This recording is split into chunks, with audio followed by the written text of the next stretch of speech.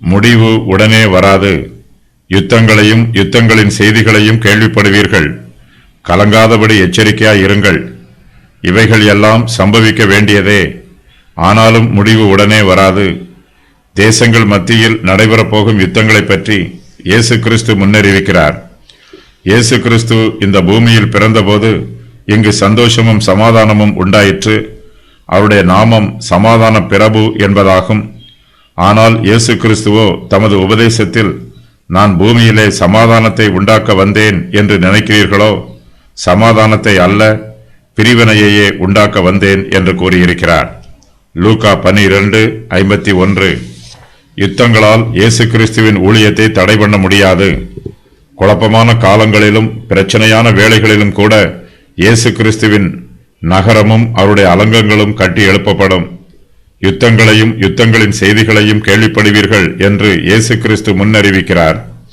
யுத்தங்கள் வரும்போது அதை பற்றிய செய்திகளையும் நாம் கேள்விப்படுவோம். இது மிகவும் பயங்கரமான செய்தியாக இருக்கும். நமது இருதயத்திற்கு கலக்கமான செய்தியாக இருக்கும். தேசத்தில் எவ்வளவுதான் சமாதானம் இருந்தாலும் யுத்தத்தை பற்றிய செய்தியை கேட்கும்போது அந்த தேசத்தில் கலக்கம் உண்டாகிவிடும். சுவிசேஷத்தின் செய்தியை கேட்க மறுப்பவர்களுக்கு இதுதான் சம்பவிக்கும். அவர்கள் யுத்தங்களின் செய்திகளை கேள்விப்படுவார்கள். சுவிசேஷம் சமாதானத்தின் செய்தி. சுவிசேஷத்தை கேட்க விரும்பவில்லை என்றால் அவருடைய காதுகளில் யுத்தத்தின் சத்தம் தொனிக்கும். நாம் சுவிசேஷத்தை கேட்க வேண்டுமா அல்லது யுத்தத்தின் செய்தியை கேட்க வேண்டுமா என்று நாமே தீர்மானம் பண்ண வேண்டும்.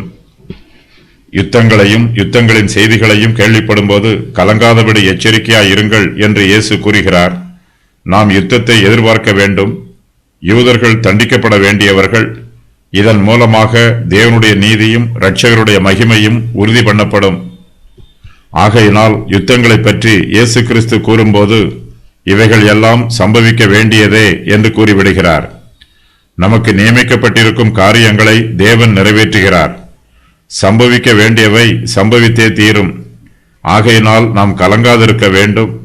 அசையாதவைகள் நிலைத்திருக்கத்தக்கதாக அசை உள்ளவைகள் உண்டாக்கப்பட்டவைகள் போல் மாறிப்போம்.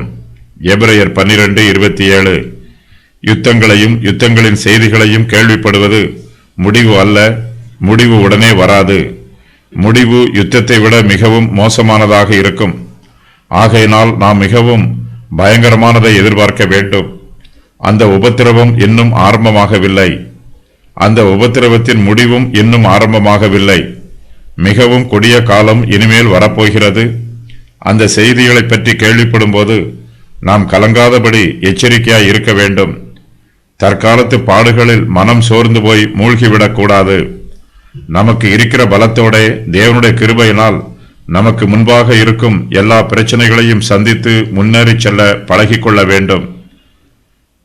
காலால் நடக்கிறவர்களோடு நம்மால் சேர்ந்து நடக்க முடியவில்லை என்றால் குதிரைகளோடு நம்மால் கூட ஓட முடியாது.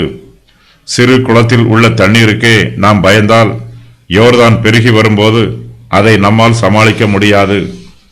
நீ காலாட்களோட ஓடும்போதே உன்னை இளைக்க பண்ணினார்களானால் குதிரைகளோட எப்படி சேர்ந்து ஓடுவாய்? சமாதானமுள்ள தேசத்திலேயே நீ அடைக்கலம் தேடினால் யோர்தான் பிரவாகித்து வரும்போது நீ என்ன செய்வாய்? எரேமியா 12:5.